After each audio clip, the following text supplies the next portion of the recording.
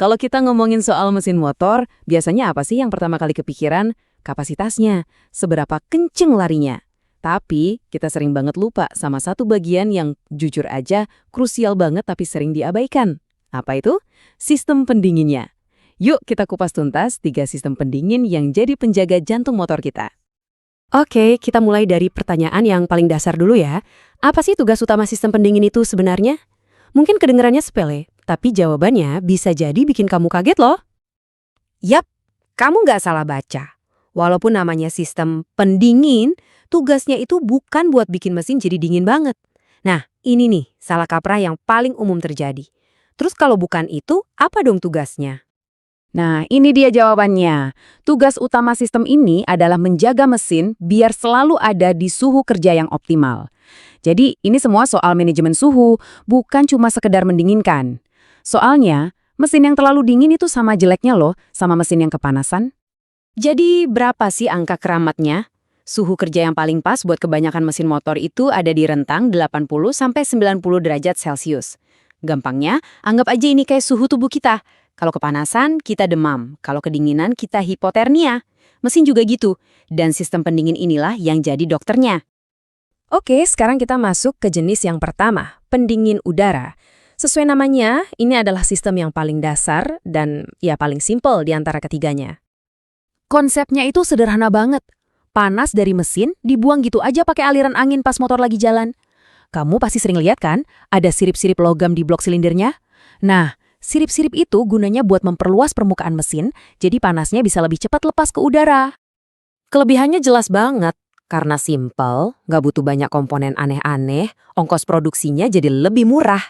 Tapi ya ada tapinya, sistem ini tuh bergantung banget sama laju motor. Kalau kamu lagi kejebak macet total yang nggak gerak, wah siap-siap aja deh mesin kepanasan. Soalnya nggak ada aliran udara yang cukup buat mendinginkan. Oke, kita geser ke sistem berikutnya, pendingin radiator. Nah, kalau yang ini bisa dibilang ini solusinya para juara. Sistem pendinginan paling canggih dan paling efektif yang ada sekarang. Cara kerjanya ini pinter banget. Jadi ada cairan khusus atau coolant yang ngalir terus di dalam semacam jaket yang nyelimutin bagian mesin paling panas. Tugasnya menyerap panas. Nah, cairan yang udah panas ini lalu dipompa ke radiator buat didinginin sama angin. Kerennya kalau motor lagi berhenti, ada kipas elektrik yang otomatis nyala buat bantu proses pendinginan. Terus, cairan yang udah adem balik lagi ke mesin. Siklus ini muter terus-terusan. Jadi, kuncinya di sini adalah beda sama udara yang cuma mendinginkan dari luar, cairan ini bisa masuk sampai ke jeroan mesin, menjangkau titik-titik paling panas yang butuh banget didinginkan. Tapi gitu, kehebatan ini ada harganya. Sistemnya jadi jauh lebih rumit, butuh banyak komponen dan tentu saja bikin harga motor jadi lebih mahal. Dan yang terakhir, kita punya pendingin oli atau biasa disebut oil cooler. Sistem yang satu ini bisa kita anggap sebagai, ya jalan tengahnya lah, kompromi antara pendingin udara dan radiator. Konsepnya ini mirip sama pendingin radiator, tapi yang dipakai buat medium pendinginnya itu oli mesinnya sendiri. Jadi, oli panas dari dalam mesin dialirkan ke sebuah radiator kecil buat didinginkan sebelum akhirnya balik lagi bersirkulasi di dalam mesin buat melumasi sekaligus mendinginkan. Jadi gimana plus minusnya? Sistem ini jelas lebih oke daripada cuma ngandelin angin doang, tapi tetap nggak seefektif pendingin radiator. Kenapa? Karena sirkulasi oli itu nggak selalu bisa menjangkau semua titik paling panas di mesin secara optimal. Plus, karena yang dipakai itu oli, performanya jadi tergantung banget sama kualitas dan jenis oli yang kamu pakai. Jadi oli bagus itu bukan cuma buat melumasi, tapi juga bantu mendinginkan. Oke, setelah kita bedah ketiganya, pertanyaan besarnya muncul. Jadi, mana yang paling bagus? Mari kita rangkum perbandingannya biar lebih jelas. Kalau kita lihat polanya, jadi jelas banget kan? Di satu sisi ada pendingin udara, simple, murah, tapi efektivitasnya rendah. Makanya seringnya dipakai di motor-motor cc kecil.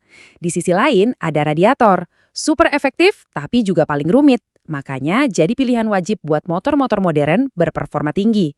Dan pendingin oli, dia pas banget ada di tengah-tengah sebagai penyeimbang keduanya. Tapi kalau harus milih satu pemenang, sumber kami menyimpulkan bahwa sistem pendingin radiator adalah juaranya. Alasannya sederhana banget. Kemampuannya buat mengalirkan cairan pendingin secara langsung ke bagian mesin yang paling panas, yaitu blok dan kepala silinder, memberikan kemampuan pelepasan panas yang nggak bisa ditandingi sama dua sistem lainnya. Nah, sekarang kamu udah tahu kan cara kerja plus minusnya masing-masing sistem. Coba deh sekarang lihat motor kamu sendiri, pakai sistem yang mana. Dan setelah penjelasan ini, kamu jadi lebih ngerti kan kenapa pabrikan milih sistem itu buat motormu. Ternyata, di balik deru mesin ada sistem senyap yang kerja keras. Dan sekarang kamu tahu persis gimana cara kerjanya.